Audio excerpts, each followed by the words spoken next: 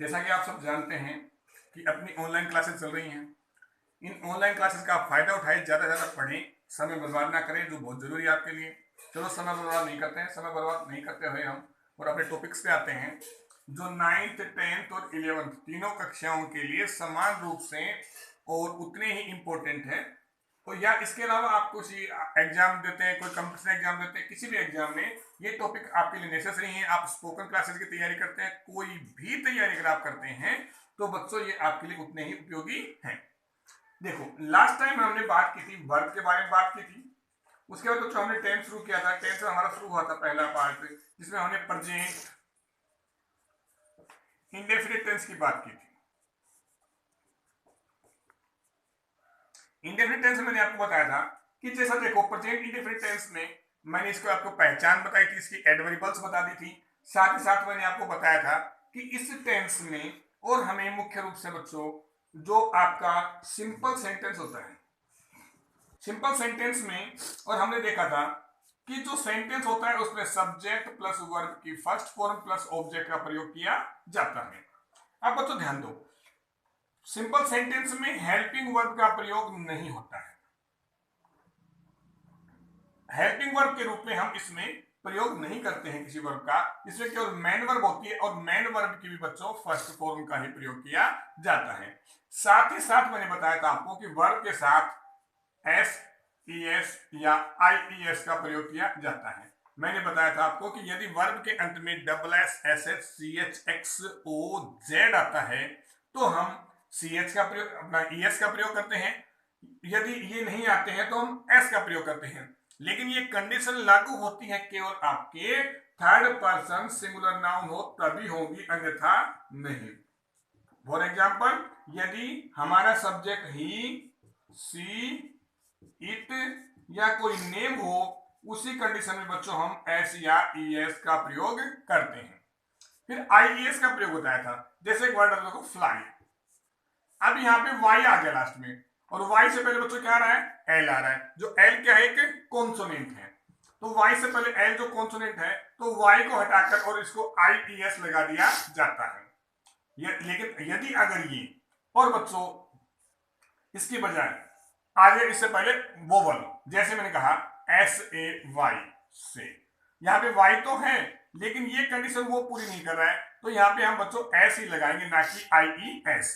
यदि आपके वर्ब के अंत में वाई आता है और वाई से पहले कोई कॉन्सोनेंट हो तो आई ई एस लगाओ, अन्यथा बच्चों आपको एस ही लगाना है। यहां तक की सारी बातें हमने अपने इस टॉपिक में कर ली थी। अब देखो बच्चों, उसके बाद अपना शुरू होता है कि जो प्रेजेंट इंडेफिनिट टेंस है उस प्रेजेंट इंडेफिनिट टेंस में सब्जेक्ट वर्ब और ऑब्जेक्ट आता है। ये बात थी केवल सिंपल सेंटेंस की। मैंने कहा था आपको कि इसके अलावा नेगेटिव और जो इंट्रोगेटिव सेंटेंस है, नेगेटिव और इंट्रोगेटिव, नेगेटिव इंट्रोगेटिव सेंटेंस में बच्चों हेल्पिंग वर्ब डू और डज का प्रयोग किया जाता है। डू और डज का प्रयोग करेंगे। ध्यान दो बच्चों, यदि सब्जेक्ट, सिंपल रूप में आपको समझा रहा हूं ताकि समझ में आ जाए, कुछ हार्ड नहीं होता है, बहुत इजी वे में होता है, आप समझने की कोशिश करें। इंग्लिश सबसे आसान भाषा है अगर हम समझना चाहें तो, और इसका हमारे अंदर एक भय बैठ जाता है, फिर हम सोचते हैं हमें कैसे आएगी, नहीं आएगी, हम नहीं समझ पाएंगे। This is the main fact. So don't have hesitation in your mind, throw out complete hesitation of your mind. And चलो स्टार्ट करते हैं। डू है बेटा, देखो डू का प्रयोग होता है आई, वी, यू एंड दे। अगर हमारे ये सब्जेक्ट होते हैं तो उसके साथ हमेशा हेल्पिंग वर्ब डू का प्रयोग किया जाता है। अब आता है डज। यदि हमारे सब्जेक्ट ही, सी, इट और कोई नेम हो बेटा तो उसके साथ हम प्रयोग करेंगे डज का। ही, सी, इट नेम के साथ डज का प्रयोग किया जाता है। आई, वी, यू, दे के साथ बच्चों डू का प्रयोग किया जाता है। अब ध्यान दीजिए, जैसे मैं एक सेंटेंस लिख रहा हूं आपके सामने, वह स्कूल जाता है। अब ये सेंटेंस हमने लिखा, वह स्कूल जाता है।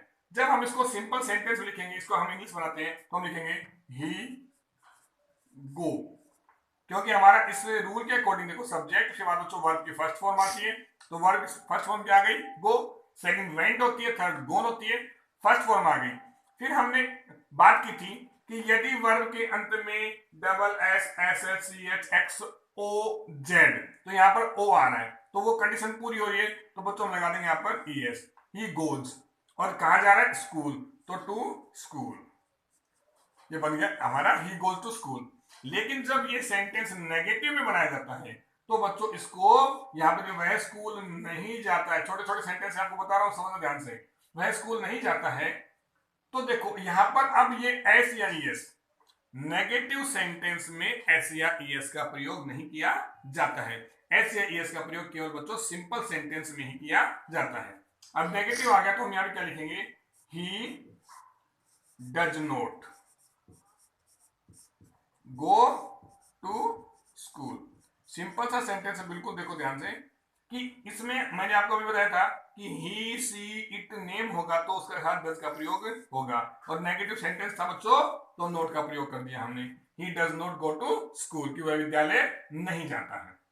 यदि हम इसी सेंटेंस को ले लेते हैं एक इंट्रोगेटिव सेंटेंस के रूप में, क्या वह स्कूल जाता है, देखो जिस सेंटेंस में क्या का प्रयोग होता है उसमें बच्चों हेल्पिंग वर्ब आ जाती है पहले, तो हम उसको क्या लिखेंगे, does he go to school. अब देखो इसमें थोड़ा सा परिवर्तन आया है कि अगर सेंटेंस अपना नेगेटिव में था तो हमने डज के बाद नोट लगा दिया, और अपना इंट्रोगेटिव में आ गया तो बच्चों अपनी हेल्पिंग वर्ब है वो पहले आ गई, फिर सब्जेक्ट आ गया, फिर मेन वर्ब आ गई, और फिर बच्चों अपना ऑब्जेक्ट आ गया। तो इस तरह से हमें इसमें नेगेटिव और इंट्रोगेटिव सेंटेंस का प्रयोग करना है। मतलब नेगेटिव सेंटेंस में और इंट्रोगेटिव सेंटेंस में हम डू और डज का प्रयोग करेंगे, अन्यथा गलत हो जाएगा। देखो इसमें क्वेश्चन मार्क लगा दें आप साथ में, does he go to school, तो क्वेश्चन मार्क हमने लगा दिया है। अब ध्यान दीजिए इंट्रोगेटिव सेंटेंस में है, लेकिन इसके अलावा अगर आपका इंट्रोगेटिव सेंटेंस किसी अन्य शब्द से, जो इंट्रोगेटिव वर्ड है, जैसे हम कहते हैं why, when, where, which, who, whom, whose, ऐसा अगर आता है बच्चों, तो हमेशा वो जो अपना इंट्रोगेटिव जो वर्ड होता है वो इस डज से पहले लगाया जाता है। Why does he go to school, लेकिन ये डी फिर बच्चों यहाँ पे क्या हो जाएगा, स्मॉल लेटर में हो जाएगा। तो ध्यान दीजिए अगर हमारा कोई भी क्वेश्चन वर्ड जो होता है वो आता है किससे पहले, जो ऐसा है जिसमें हमें प्रश्न का उत्तर एक लॉन्ग प्रोसेस में देना हो, ना कि छोटे प्रोसेस में। वह स्कूल जाता है, यस, वह स्कूल नहीं जाता है, नो, इनका उत्तर हमने एक शॉर्ट रूप में दे दिया, यस और नो में। तो जिन प्रश्नों का उत्तर यस और नो में दिया जाता है उसमें बच्चों अपना जो हेल्पिंग वर्ब से शुरू हो जाता है, और जिनका इसमें नहीं दिया जाता उनका बच्चों वाई, कौन से स्कूल में पढ़ता है, कौन से घर में रहता है, कहाँ रहता है, जिनका उत्तर हमें एक लंबे सेंटेंस के रूप में देना होता है, उनको बच्चों हम हेल्पिंग वर्ब पहले लगा, ये अपना जो क्वेश्चन वर्ड है पहले लगाया जाता है। तो मैं सोचता हूं आपके पास समझ में आ गई होगी कि भाई किस तरह से हमने और इसका कैसे कैसे प्रयोग किया जाता है और क्या क्या ये होते हैं नेगेटिव सेंटेंस में। देखो मैं फिर आपको रिपीट कर देता हूं, टेंस बच्चों अपने 3 हैं, present tense, past tense, future tense. Present tense के 4 भाग, जिसमें हमने पहला शुरू किया present indefinite tense. Present indefinite tense का बच्चों जो अपना पहला भाग है मैंने उसमें बताया आपको कि प्रेजेंट इंडेफिनिट का सिंपल जो सेंटेंस होता है उसमें हेल्पिंग वर्ब का प्रयोग नहीं होता है, और केवल सब्जेक्ट, वर्ब और ऑब्जेक्ट का प्रयोग होता है। वर्ब के साथ फर्स्ट फॉर्म लगाई जाती है, और फर्स्ट फॉर्म में बच्चों आपका जिसमें एस या ई एस और आई एस का प्रयोग किया जाता है। एस का प्रयोग कहां करते हैं, यदि वर्ब के अंत में double S, S S, C H, X, O, Z आता है, और बच्चों ई एस का जो प्रयोग इस तरह से होगा, एस का प्रयोग वहां करते हैं जहां पर इनकी ये कंडीशन अप्लाई नहीं होती और थर्ड पर्सन होता है। फर्स्ट और सेकंड पर्सन के साथ एस या ई एस का प्रयोग नहीं होता है, थर्ड पर्सन सिंगुलर नाउन के साथ ही और एस या ई एस का प्रयोग किया जाता है। फिर देखो आपने नेगेटिव और इंट्रोगेटिव जो सेंटेंस होते हैं, नेगेटिव सेंटेंस में बच्चों हमेशा हम जो हेल्पिंग वर्ब होती है, यहाँ पे देखो हमने डज लगाया उसके बाद नोट लगाया है, हेल्पिंग वर्ब के बाद नोट का प्रयोग होता है, और बच्चों इंट्रोगेटिव है उसमें पहले आ जाती है वर्ब, अगर हमारा उत्तर यस और नो में देना हो तो। अगर हमारा क्वेश्चन वर्ड वाई, विच, हुम, हुज, वेयर कुछ भी होता है तो उसको क्वेश्चन वर्ड को पहले लगाया जाता है। डू और डज की हेल्पिंग वर्ब होती हैं, ये आपका भाई छोटे से रूप में मैंने आपको समझा दिया, बहुत ही आसान है कि प्रेजेंट इंडेफिनिट टेंस क्या होता है। अब इसमें देखो, यहां तक हमने इसकी मैन बात समझ ली। इसके अलावा इस टेंस में बच्चों कुछ कंडीशंस होती हैं। भाई किस कंडीशन में इसका प्रयोग किया जाता है, कुछ जो मेन बातें हैं वो मैं बताऊंगा आपको अभी। तो जो इसके कुछ यूसेज होते हैं बच्चों, स्पेशल यूसेज होते हैं जो हमारे प्रेजेंट इंडेफिनिट टेंस में आते हैं काम, लाइक न्यूज़पेपर की हेडलाइंस में है या कुछ और होते हैं। ऐसी बातें होती हैं कुछ, जैसे 10-15 बातें हैं जिनको मैं आपको वन बाय वन करके अगले वीडियो में बताऊंगा, क्योंकि ज्यादा बड़ा वीडियो हो जाएगा तो आपका इंटरेस्ट क्रिएट नहीं होगा। जितना बताया उसको बच्चों अच्छे से याद कीजिए। आज मैंने आपको नेगेटिव और इंट्रोगेटिव सेंटेंस के बारे में बताया है, इनको याद कीजिए। सारा आपको दोहरा दिया है कि कैसे कैसे क्या क्या बनता है। और इसके बाद देखो हम अगले वीडियो में कल बात करेंगे अपने प्रेजेंट इंडेफिनिट टेंस की और बच्चों उन यूसेज के बारे में जो किस किस कंडीशन में हम यूज करते हैं। ध्यान रहे, जिस बच्चे ने प्रेजेंट इंडेफिनिट टेंस को अच्छे से समझ लिया उसके लिए सभी टेंस बहुत ही आसान हो जाते हैं। तो इसको ध्यान से पढ़ें और अपना पूरा अटेंशन इसमें क्रिएट करके पढ़ें। इसके आगे मिलते हैं कल नए वीडियो में। Thank you, have a nice day.